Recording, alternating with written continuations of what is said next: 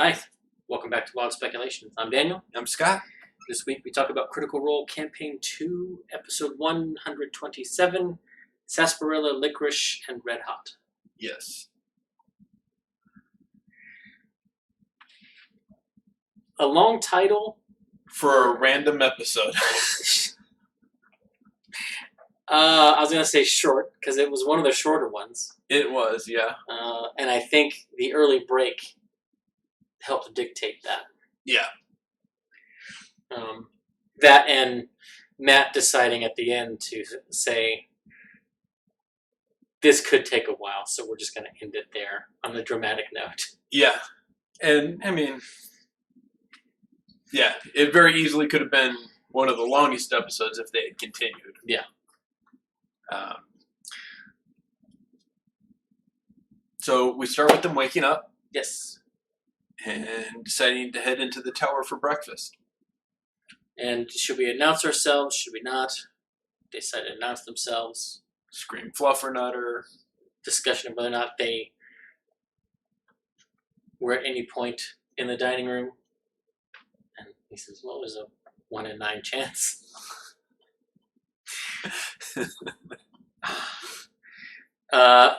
Yasha, true to form, continues to be very grumpy if she is awoken. Mm-hmm. And we get a less sprout necrotic wings version of that when she doesn't want to get up. There's a discussion about the hot tub. Yep. And that it should be here always. And Caleb's like, well, yeah, if you want one, all you got to do is go to the cabinet. It's there whenever you want it. He did call it a room of requirement. Yeah.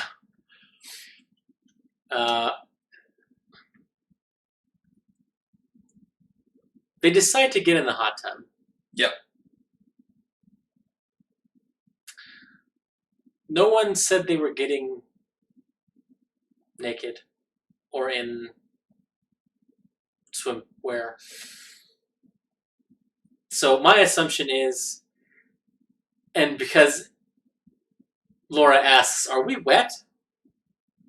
When he dispels the tower and they come out of it. And Matt's like, yeah. Yeah. Just like the food's still in the stomach, the water's still. Yeah. And she's like, oh, cool. And in my brain, I was like, oh, so Jester likes it when Caleb's magic makes her moist. Yeah, you're reaching, buddy. You are reaching. It's fair. But the biggest, to me, the biggest part of that early part of the episode, before they go to meet Astrid, is the hint that Ford might be thinking of retiring at the Grove. Become adopted member of the class. Yeah. He is a stone, after all. Yeah. And the reason I say that is because Caduceus mentions they have a hot spring up there. Yeah. And Ford gets very excited about that. And he's like, well, that's awesome. And I was like, why are you so excited? And the only thing that I could think of was because he's thinking about retiring there. Okay. Maybe.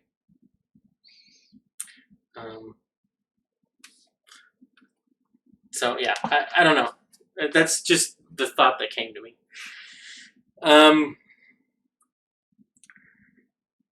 Matt asks, well, Laura mentions she's going to cast Disguise Self. Right. And Matt says, well, I'm assuming all of you that can are going to do so as well. And Liam says, no, I'll cast Seeming on everybody.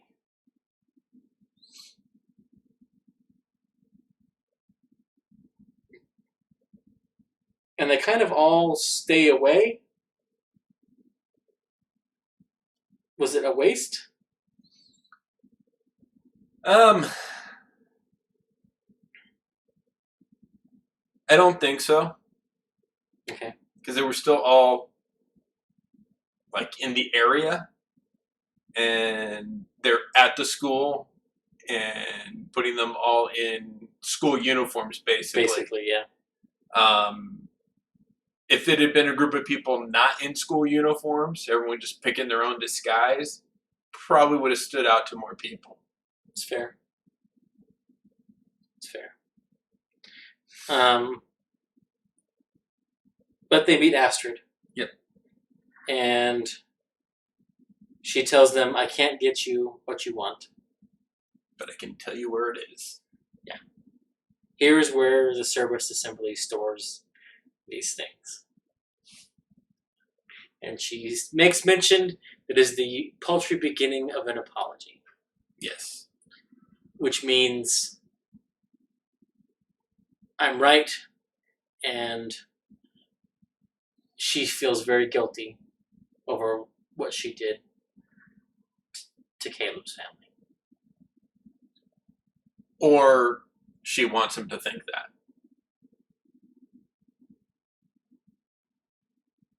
He got pretty good on his insight check. And Matt said she was genuine. Yeah.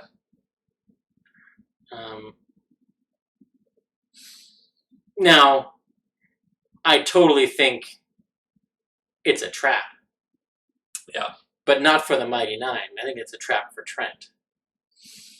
I think she's counting on the Mighty Nine being the kind of people who are hired to protect an assembly member, and she dies on their watch, and instead of reporting it, go on the run. Possibly a bit that. I think she's banking on Caleb's leadership. Whether or not she knows the dynamic, he is kind of a natural leader, even when he's trying not to be the leader. Yeah. And his Volstrucker instincts kicking in. Okay. Which I think to a degree we see. Yes. And I think she's banking on him letting those instincts take over and the rest of the group just following. Yeah. I mean, that's fair. And which, to be fair, probably the most innocent one of them went right along with it without blinking an eye. Or one of the. Yeah.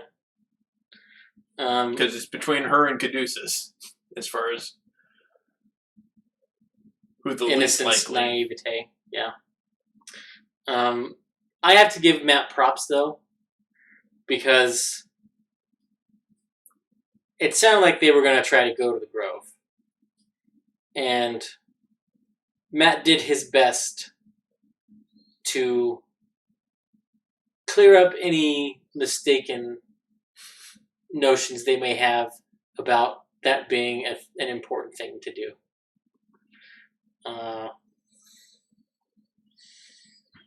But instead of putting up additional roadblocks in the way, they asked for something. Let's give them a mission to get it. Yeah. Are these things really important enough for everything they're going through, though? So,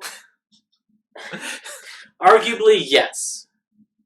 Arguably, no. Because, well, they are, because if they can all get one, they're off the Assembly's radar, they're off Lucian's radar, and they can operate with more impunity. But I think the clock is ticking faster than they think. Yeah. But here's the rub, and why you have maybe more of an argument of why it's not worth it. None of them have discussed what they're going to give up to attune to these necklaces. Yeah. Because I'm pretty sure all of them are full up on slots. They are, and that was evidenced by the Staff of Power. Uh-huh. And the juggling with the the Rod of Blasting. Yep. And the Ring of Fire Resistance and the Iron Stone. Like that And the juggling act that was... and Yeah. Yes. So, like, what is Caleb going to give up to wear that necklace? Yeah. I mean, the next thing that he would give up would be the Ring of Evasion. Yeah. Because when he came to it, he said, it's between the stone and the Ring of Evasion. I'm not giving up the Luck Stone. Yeah. He gave up the Iron Stone. Yeah. Is it worth it? I don't know. I think, well, and it's not an answer for all of them, but for Caleb, the answer is, does he have non-detection? It lasts 8 hours. It's a 3rd level spell slot. At his level, that's not a bad trade-off. yeah. Well, non-detection also takes material components, though. That's true. Not that they're short on them, but yeah. Thank you, Rose. I'm glad. Yeah. Yeah. So, yes, it's worth it, but also no. Because I don't know if any of them are going to be willing to make that hard choice. Yeah. And, I mean, it increases the probability that they give them back when they're done. I mean, theoretically, they could each attune to one for traveling purposes, give up something for, and then, okay, we're getting ready to head in. Let's take it off. We're already here. Yes. Yeah.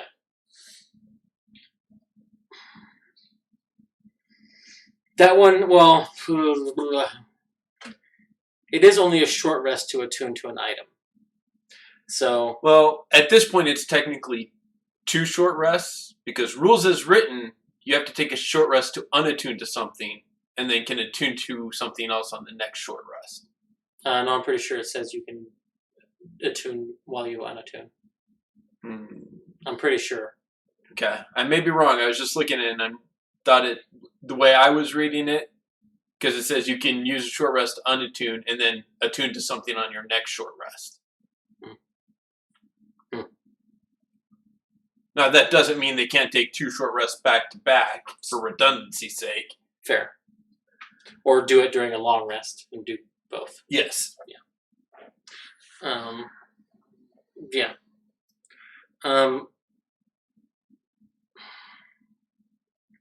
But they teleport to the sanatorium. Yes. Or they talk about teleporting to the sanatorium. And when they're talking about what to do, 2 people independently decided the best thing to do would be to split the party. Yes. And one of them, even paraphrasing Sam, but,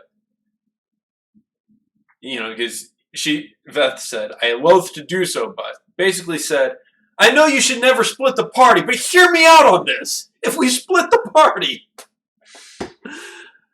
Now, there are times where you want to split the party. Yes. And I'm not saying that we don't split the party often enough. Yes. But the thing is, if you split the party, both the halves need to be doing something. I think this show is evidence that that's not true, this episode. No, this is a perfect reason why both parties should be doing something. Because if they're not, all you've done is killed yourself. Potentially. The bright side is it won't be a TPK. Only half the party will die. And it's going to be a bloody... Oh, it's going to be so... There's a way out. We'll talk more in a minute. But Team Firestorm could have been called Team Invisible Because they all have invisibility. Yes, but is that an apt term if you don't use it? I mean, they arguably they did create a firestorm. Yes. And they didn't become invisible. So firestorm is the more apt name for said team. Not arguing that point. I'm just saying, from a backseat, like, we don't like to backseat game their decisions. But, like, I think, and part of this is the fatal decision to not case the place longer than 20 minutes. The other side is invisibility takes out a good chunk of their resources while they're in there, unless they want to lose invisibility. Yes. It doesn't take care of the because you lose it when you take care of the glyphs. Yeah. You lose it if you dimension door. You lose it if you attack someone. You, like, pretty much most of the things they had to do in there, or ended up doing in there, would have dispelled invisibility. Yes. Yeah. But, like, getting the team in, I don't know. They had no problem getting in. That's true. They didn't have problems until they were, you know. No, that's true. I mean, even the first guard, no issues. No. Yeah.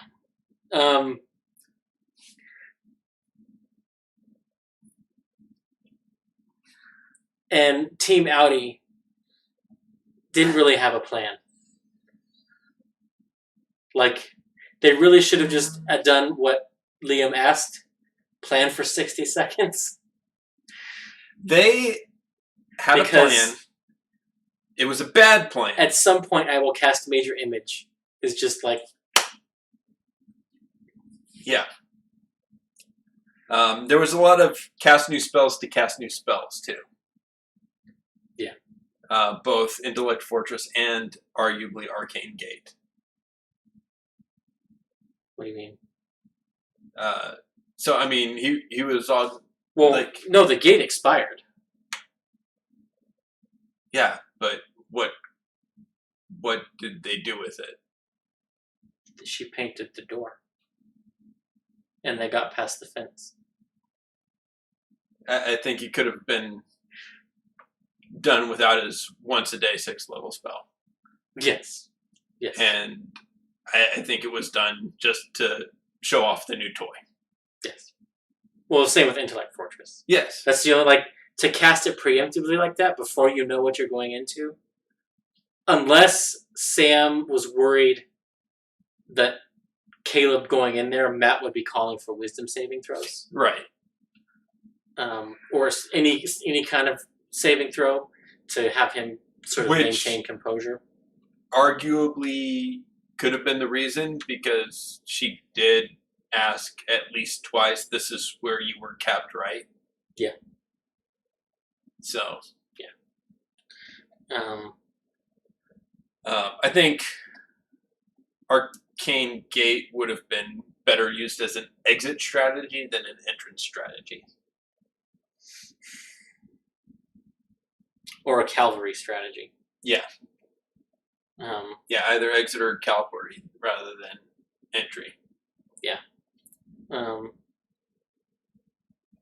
But it's a cool thing, and we got to see it. It is. So. And it let us know what he picked for his Mystic Arcanum. Yeah. Because of a dream that we didn't get to see. Well, that was just his explanation to everybody of how he picked it up. Because everyone else has to study for their abilities. The big thing for me was the 10-minute speed paint. Okay. And Matt said he would set the DC high. We don't know how high he set it. But Jester made it. Yeah. Painting a door is arguably not that difficult.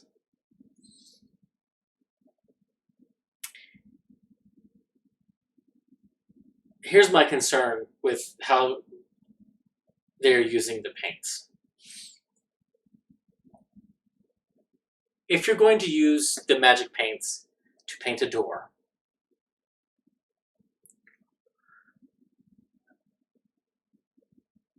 unless you are proficient in mason's tools, I think there's a fair chance that wall's going to collapse. Or if you just put it randomly. I mean... Well, even like, because punching a hole through a stone structure, even if... Well, I mean, I guess if you're good enough and you're painting the door jamb. That's what I'm getting at. You have to paint the door jamb. Yeah. And I don't know. It just kind of, it worries me, is all.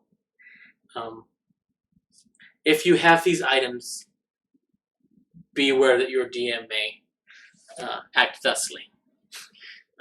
Oh, you want to paint the door on that wall? Okay, the door appears. I open it. The wall collapses.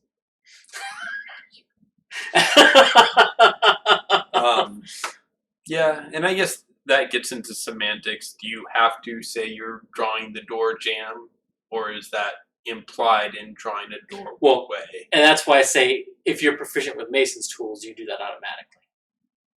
I would allow that.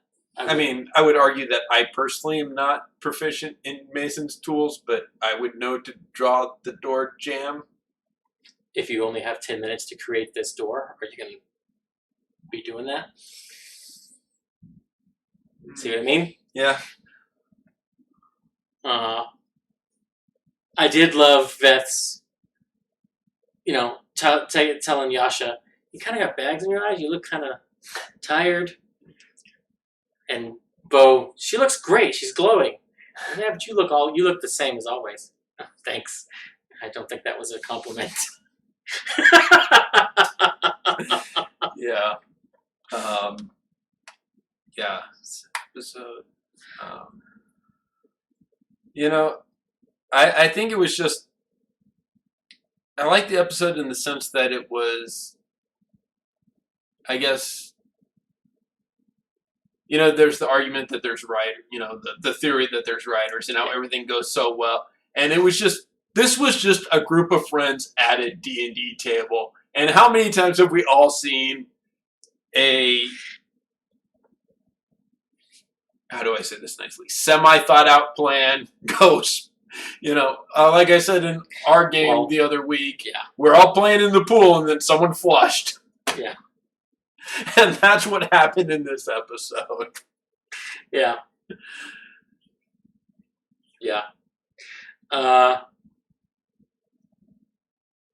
I love can you make an earthquake? I can do that? I can do that.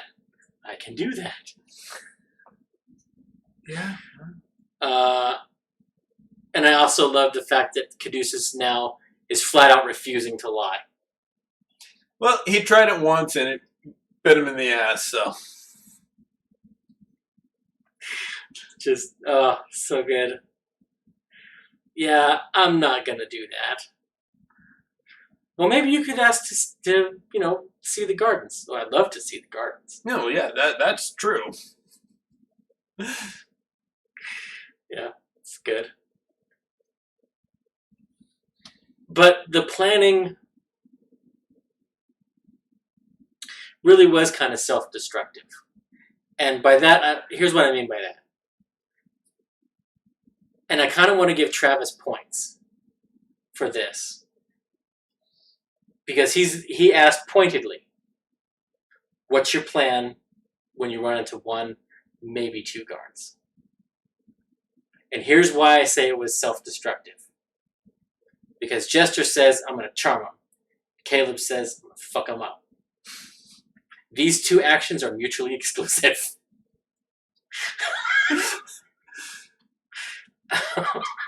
Not if you're in the mafia. Yeah, no. She charms the first guard. Right.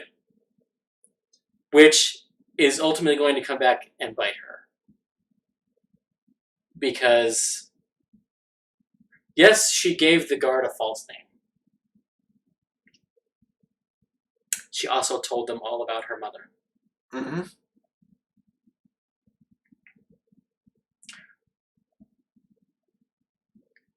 So now this guard here at the Cerberus Assembly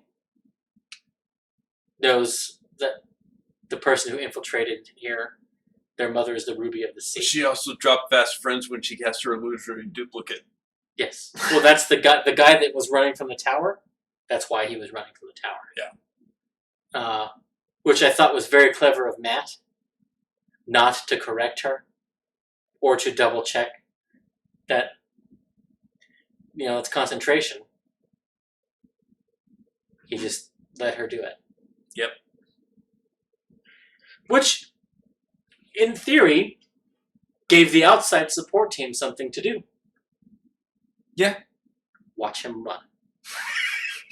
Because they did fuck all to stop him. Oh. And I have to... So... Well... No, we'll get to it. So far everything is going... So far everything is going great at the point where she charms him. Yes. Makes friends. Things are good. Yes. No errors, no hints that anything's bad. Other than Bo being trapped with a sleeping guard. Trapped. Yeah.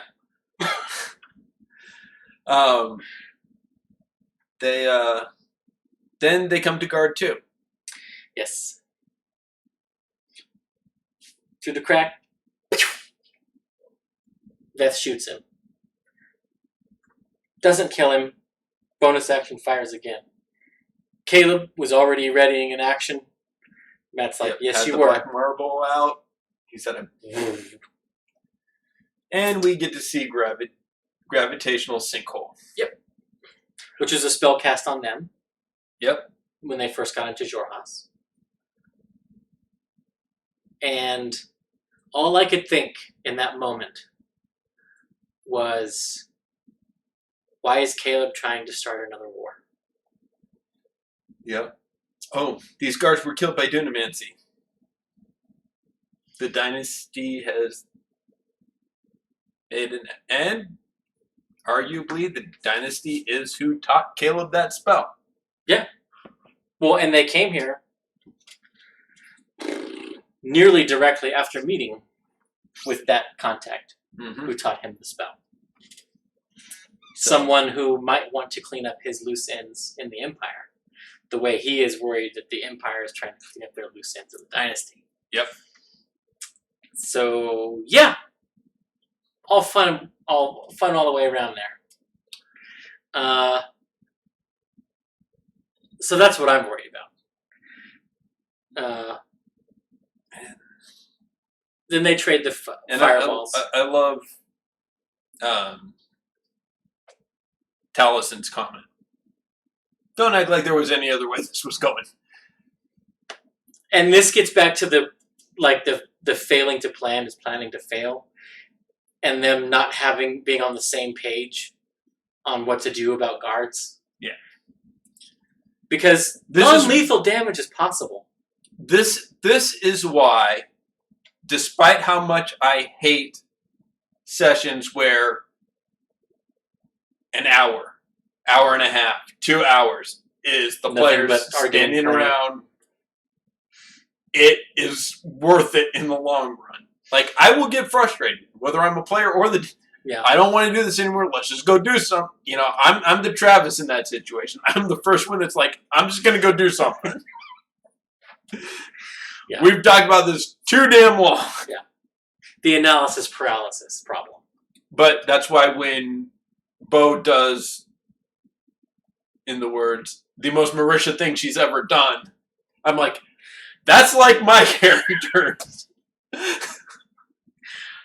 So, where my brain went is not that's the most Marisha thing. Like, my brain went to, because they compared her to Dexter, laying out everything. And my brain immediately went to Martin Blank. Grosse Pointe Blank. Yeah. Because in the beginning of the movie, He's lowered the thread down above the guy's mouth, and he's plunging the poison down to make the guy look like he had a heart attack. And the guy turns over and it hits him on the cheek, and he wakes up. And then Martin has to go in and kill him with a gun. Yeah. And he's already messed up because he killed the dog before. Yeah. So Bo just laying out the acid and doing all this stuff, I was like, this is Martin Blake. Yeah. Yeah, I mean, I can see that, you know. It's like, you're not an assassin, don't be an assassin. Well, she even says when in the beginning, Sam's like, get the girl. If I was an assassin rogue, I would do that. I'm not an assassin rogue. I'm, for all intents purposes, a knowledge monk. Yeah. But really, she had the tools to take that guy out without anyone ever hearing or knowing. She had advantage on him. Her first hit would be a crit because he's incapacitated because he's asleep. And then she just stunning strikes him. Yeah. And just... and he's out. This, they didn't know how many hit points they had at that point. And yeah, and but she could have done all that non-lethally. Yeah. Yeah. But I don't know. Coulda, shoulda, woulda. There's something that just spoke to me about that scene that I personally liked. Oh, that I loved it. That I could see something. That was a scene something one of my characters would have ended up doing. Yeah.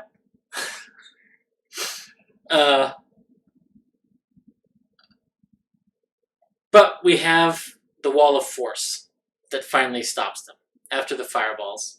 After the fireballs, after the second sinkhole, after the don't attack us, we're traveling with a murderer. I run up and shocking grasp him. So good.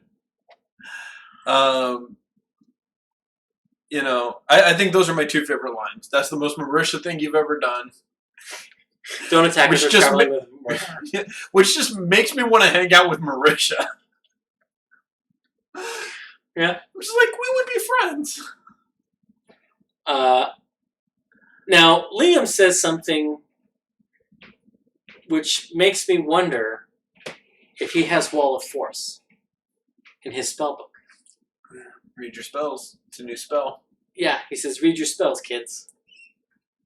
Well, he specifically says, I had the answer to this, but it's a new spell. Yeah. Meaning I didn't read my spell. Yeah. Which, yeah, for all intents and purposes, tells us at the level up he added Wall of Force. Yeah.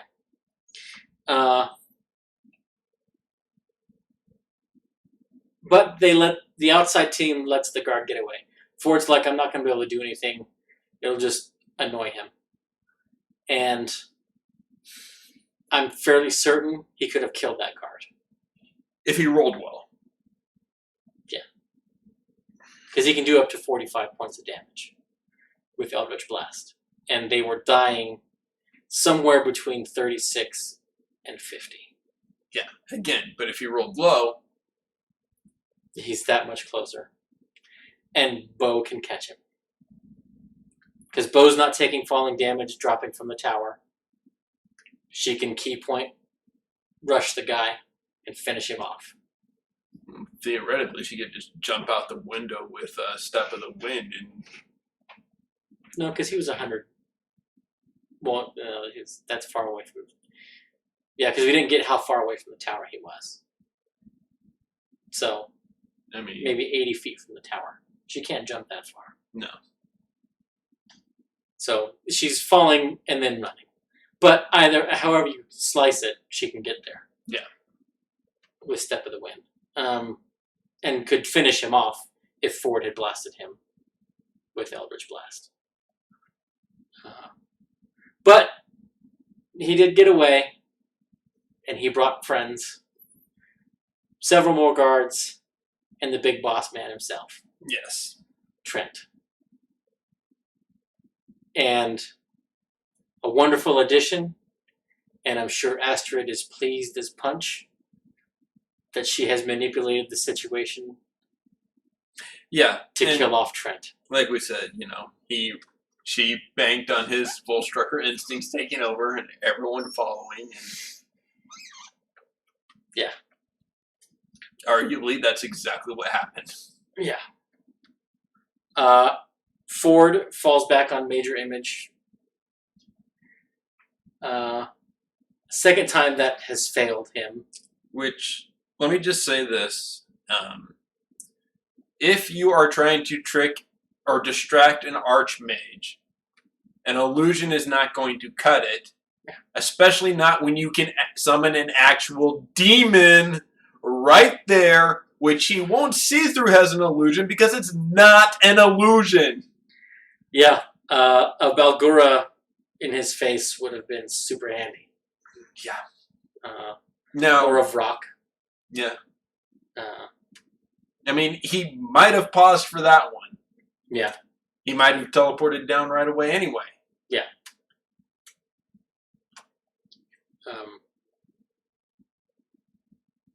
Yeah, he may. Yeah, that's a toss-up. Because this is a threat. But does he think his guards can handle it? Yeah.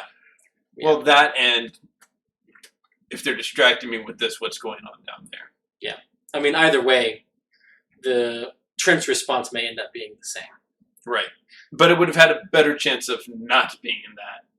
Well, and actually doing some damage to those guards if they needed to go in after them. Mm-hmm. Which there was some miscommunication, conflicting messages sent to this person and that person. Ford, every time he's used Marine Layer, it has backfired on them. Yep.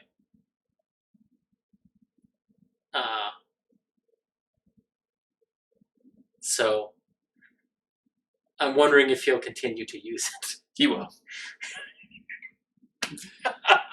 And he will continue to use Major Image. Yeah.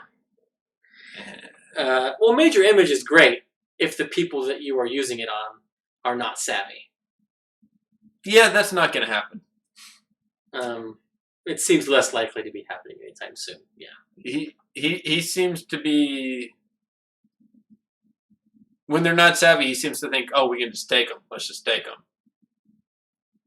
The ones that are the ones he's trying to distract with Major Image are the ones that he doesn't think they can take right away. The ones that are savvy. Yeah. Those are the only times he uses it. And those are the only times I see him continuing to use it. And thus it will continue to be a failure. So now, next episode, he'll use it successfully just so that I use my own words, but...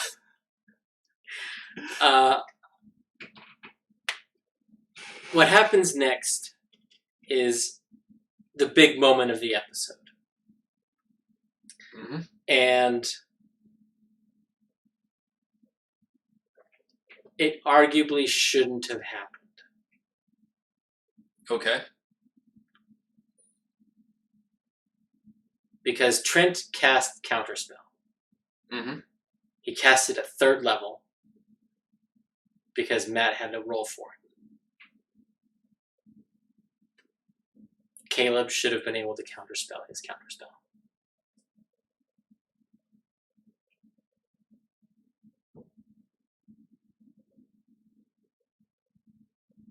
Unless Trent had cast Time Stop.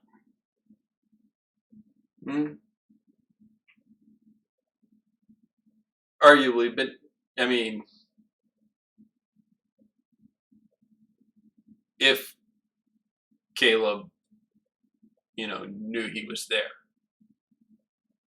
Counterspell has a verbal component.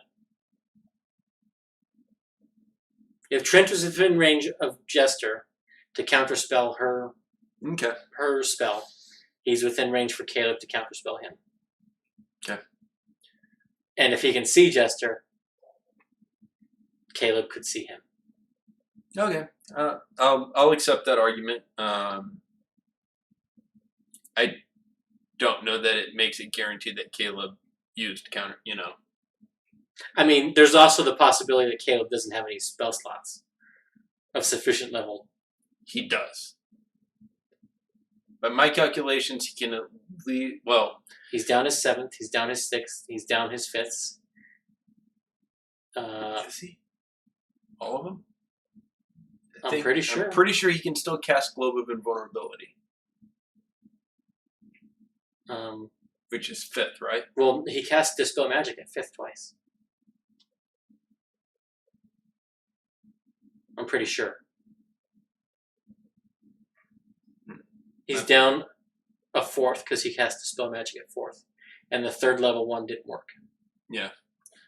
For some reason, and one of the 4ths didn't work. Okay, so my idea for their ability to escape, because I was pretty sure, now you've got me second guessing, that Caleb could cast Globe of Invulnerability.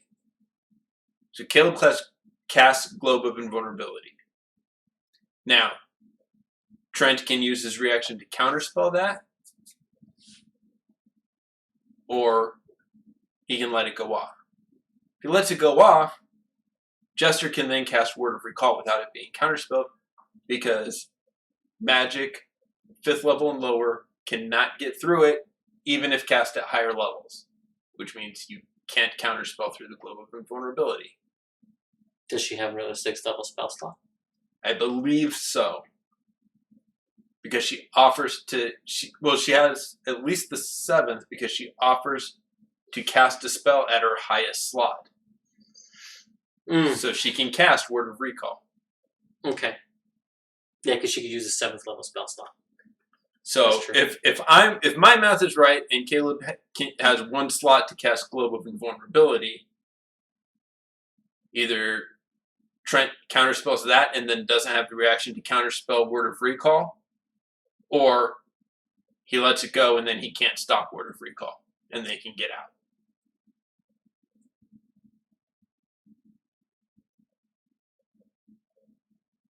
And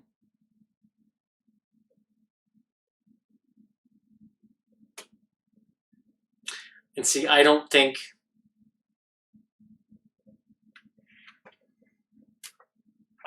so much would depend on initiative order too, because Trent, with just the 3 of them in there, 4 of them.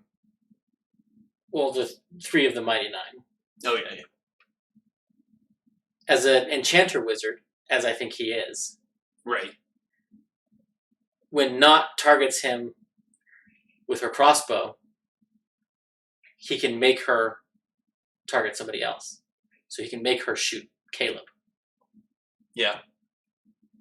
And if Jester tries to hit him with harm, he can do the same to her. You hit one of them too. And if he gets adjacent to one of them, probably Caleb is who I think he's going to do this to. Get close enough, use his enchanter ability. Yeah. You are now charmed. Your speed is 0. You can take no actions or reactions. Now you're paralyzed, and now your attacks are targeting her instead of me, and now I'm just dead, dead. Yeah. They're in a bad way. Yeah. And Marisha did say, quite rightly, because she was out of the loop and because of the fog and her not seeing their let's go, she's an anchor keeping them from leaving. Mm-hmm. Which means there's a possibility that they could call for help.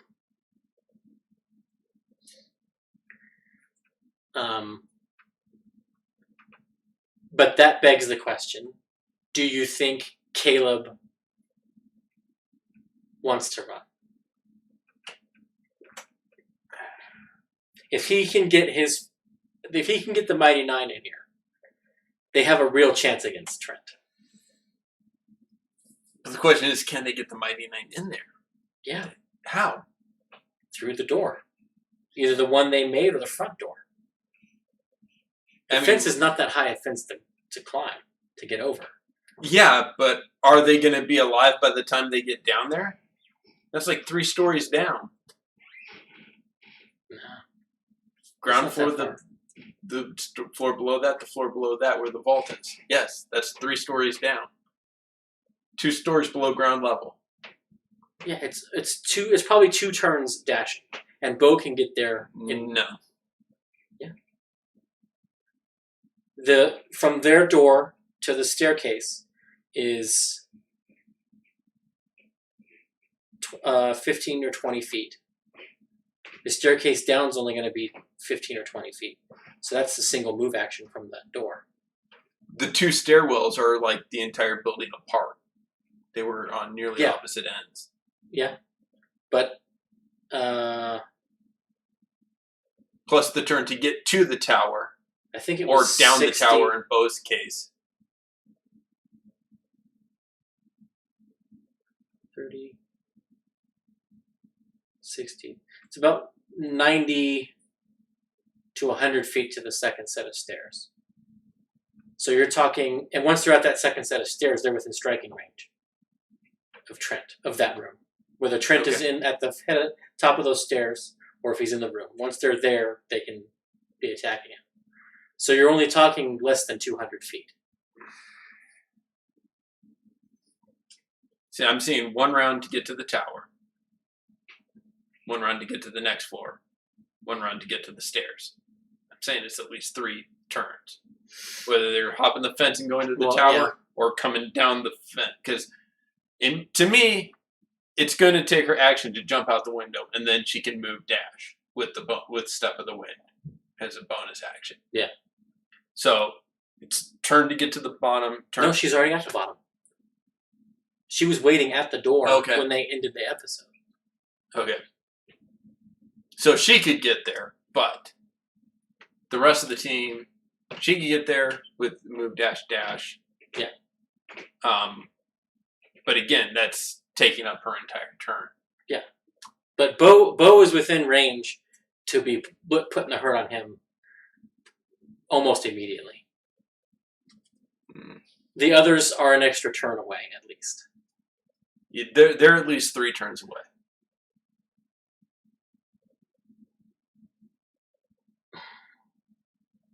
No, because they can't Ford, move dash. Well, Ford can teleport, though. Him and one other person. Yeah. So who's he leave behind? He leaves Yash behind. She sprouts her wings. She has a fly speed of 50. That's not going to do any good indoors. It'll get her over the thing and into the tower. I don't know. I don't see it happening that quickly. But this one, they don't have the maps with them, and none of them have keen mind to memorize exactly where to go.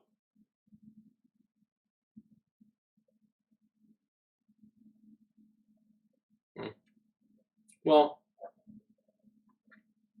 2, fair. I mean, I think they try to get theirs. I just don't see it as happening as quickly as you think it's going to happen. And see, it doesn't have to also. So we're talking about how long it can take for them to get there in rounds. It's also possible that Caleb talks to Trent. Veth sends the message to come help us and keeps him talking. Because even if he can keep him talking 30 seconds, that's enough for them all to get in there. If they avoid the guards out front, which they could do. But then there's a random chance the guards come in determining that thing is an illusion. So yeah, now they're facing Trent and 6 guards. The guards I'm not worried about. Yeah. I mean, the guards are a waste from Trent. The guards are a waste of action economy.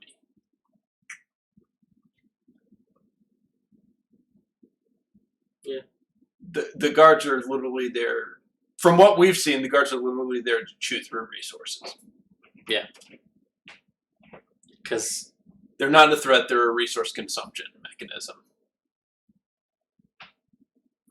Fair. What do you think Veth got? I really am not sure. Because at first I was like, the residuum crystals? No. But those would be green. Yep. The only blue crystals we've seen have been Threshold Crest and the crystals that airships use. Yeah. So I'm which are the same thing as Threshold Crest. Yeah. So I was just like, what? What did she get? And why are there vials of them? Yeah. So that's got to be some specific component, maybe? Because I don't... Unless it's the stuff that they were putting in Caleb's forearms. He said that was residuum. Okay.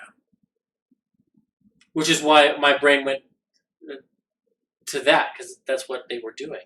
Yeah. Unless he has refined the process and perfected it, and residuum is now just a component. Yeah. Of it. And the finished products are these blue shards. In which case they might be like the tattoos that they have, where once you attune to them, jam them into your skin, they give you some power. Yeah.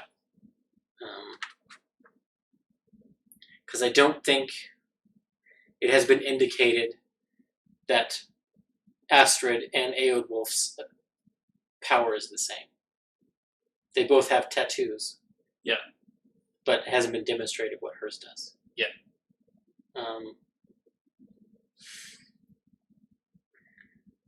But yeah, I am worried for them, because depending on if you're playing the clue game 1 + 1 + 2 + 1 spell slot game that we're playing, Caleb may not have the resources to protect them, and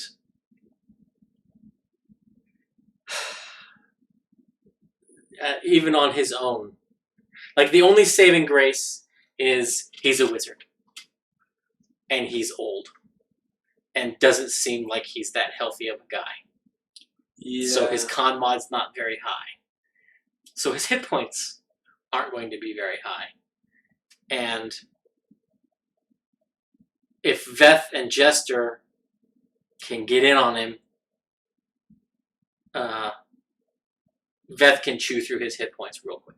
Yeah. Like, well, two good sneak attack hits from Veth. The other option is dependent on how many charges the Staff of Power has. Because Matt said it's just a Staff of Power, it just happens to be Alora's. Yeah. Which means for 6 charges, he can cast Globe of Invulnerability anyway, even without the spell slot. He used the staff for Fireball and Lightning Bolt. That's, I believe, 10. And it can have up to 20 charges. So there's a chance he can do that, the Globe of Invulnerability through the staff. Okay. So even if he doesn't have the spell slots, he can still do it. So if he's got at least 6 charges left. Can he fit all 3 of them in there? Yes, it's a 15-foot globe. Yeah. Okay.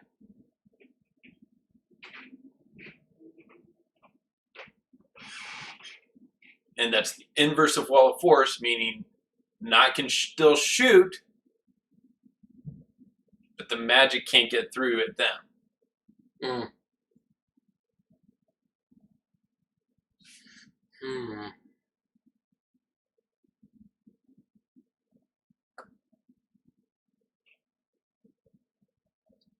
So if it was a fully charged staff, then it's got 10 charges left, which means there's enough to do the Globe of Vulnerability.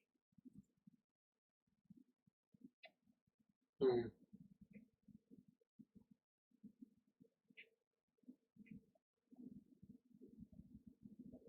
Yeah, that might be the way out. And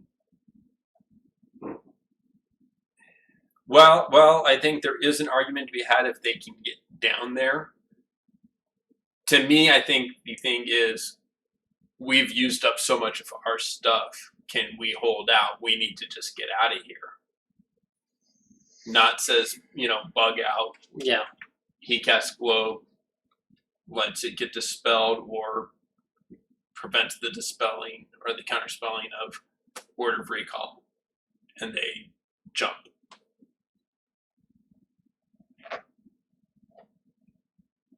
Unless he's given Trent legendary actions. Because legendary action casts the spell. Yeah. Yeah, I mean, that's always a possibility. If Matt wants to force the showdown. Which I think he does. Because, like I say, that's...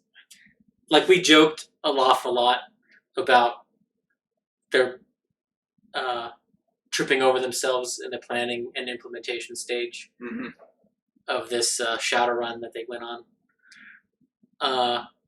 But really what screwed them over the most is Matt doing the counterspell without Caleb getting a chance. So, yeah, and that's why I think he wants to force the issue. Plus, like, they almost have to kill Trent now. Because, like, the other good way to get in is for Ford to disguise self as Trent. Yeah. Well, and for everyone who can cast disguise self to disguise as somebody not themselves. Or Ford becomes Trent and Caleb seeming the rest of them into guards. Yeah. He can do a bunch of guards and do Jester as Astrid and himself as Edwulf. See, I thought about that, but I don't think he wants to implicate them in what they're doing. That's the only reason I say that. Yeah, I mean, they could all be guards. But it could be Trent and 6 guards. Yeah. Or 6 students. Yeah. New recruits. New flesh to experiment on. Yeah.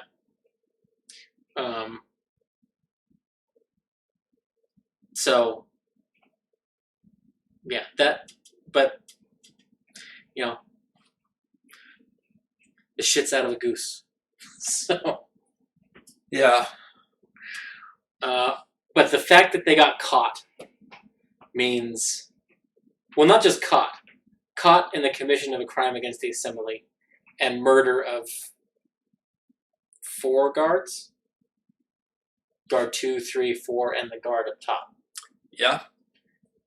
No, more than that. Because there was 2 with the lightning bolt, 2 with the sinkholes, the guy that went down the stairs, plus the guy upstairs. That's 6. Yeah. Yeah. Shit.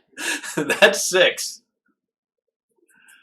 But my point is, they have committed these crimes against the Empire, within the Empire, and the only way they get away with it is to leave no witnesses. And the biggest one is Trent. And the guy that knows about the lavish chateau. Yeah. How big of a mindfuck is it going to be if Trent says, "Oh, what are you taking?" All you had to do was ask. Yeah. And lets them go. How about you do this for me? Yeah. That's the other side that's the other thing I was just about to bring up. Yeah. What if they talk to him and he's like, oh, you could have just asked. We can handle this. I'll sweep that. Those guards weren't very good anyway. Mm-hmm. Mm-hmm. They were the Keystone Coppers of guards. Yep. So that's the other side, and that's why Matt said this could be fast or slow. Yeah. So we'll see on Thursday, guys. Tonight is Marisha and Ashley, the lovers. Yep. So we will see you guys next week.